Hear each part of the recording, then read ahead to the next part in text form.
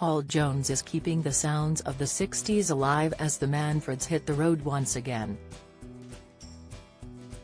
The 81-year-old is best known for Manfred Mann classics like Do-Wah-Diddy-Diddy, Pretty Flamingo and, of course, 5 4 3 2 1.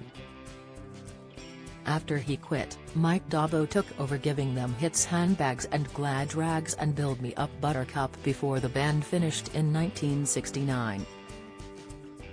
They reformed as the Manfreds in 1991 and have been performing ever since, most recently with Paul and Mike.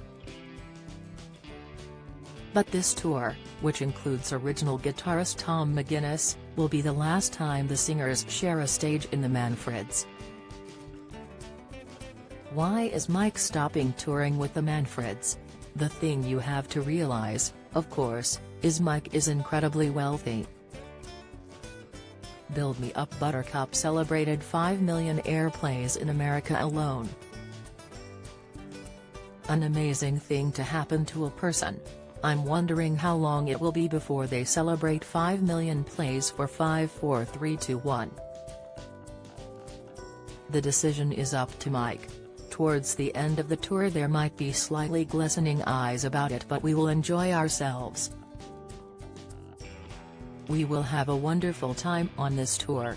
Will you, Tom and the rest of the Manfreds, carry on? We have quite a few bookings in 2024.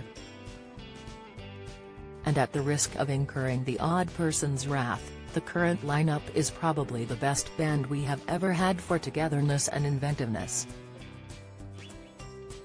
Is it your 60th this year? Given you released debut, why should we not in 1963? As far as I was concerned, the 60th was last year because I joined the band in 1962. We were very successful in a number of small venues on the south coast of England and London. We reported for duty to EMI in 1963 to play them stuff we'd been performing for a year in the clubs. We were still called the Blues Brothers. Why didn't you keep that name? Long before the 1980 John Belushi film. When I joined the band, it was called the Man Hug Blues Brothers, from Manfred Mann and Mike Hug, who started it all. Then they dropped the Man Hug and we became the Blues Brothers. We turned up at EMI as the Blues Brothers. After we'd played them half a dozen songs, they said, "We like the band but you're going to have to change your name. No one is going to get anywhere with a stupid name like the Blues Brothers. Why didn't you record earlier?" I turned down a band Brian Jones was forming, which became the Rolling Stones. After that the Stones played clubs for months and months before they put out a record. I think it was the Stones putting out a record that made me think we should be putting out a record. What you do is influenced by what you see other people do at that early stage of your career. The Stones are releasing new music from a new album. You released albums with a blues band. Fancy recording new Manfred's material? I haven't heard anything yet, but people are claiming it's the best thing they've done in 40 years. I've been feeling guilty for months now because the Manfreds just never seem to find time to book studios and get stuff written. We've been talking about new stuff for so long. Every so often, the blues band would find time to get into a studio, but somehow the Manfreds haven't for a long time.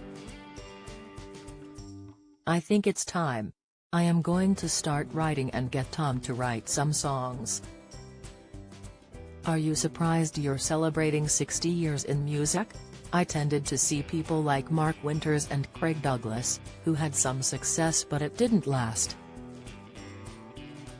I thought, that's not going to be me, because my heroes weren't rock and roll people, my heroes were blues and jazz people, and most seemed to be hundreds of years old when they died. Are you looking forward to playing Glasgow, especially as you spent 2 years at school in Scotland at Edinburgh Academy? I do love to play the Royal Concert Hall. It's a tremendous venue and the audiences are always lovely. I'm more nostalgic for Scotland generally and, of course, Edinburgh than anywhere I was born or lived for much longer periods of time. My couple of years in Scotland were absolutely my most enjoyed years and I love to come back all the time. Maximum Rhythm and Blues with the Manfreds comes to Glasgow Royal Concert Hall on October 19. Tickets, myticket.co.uk/artists/the Manfreds.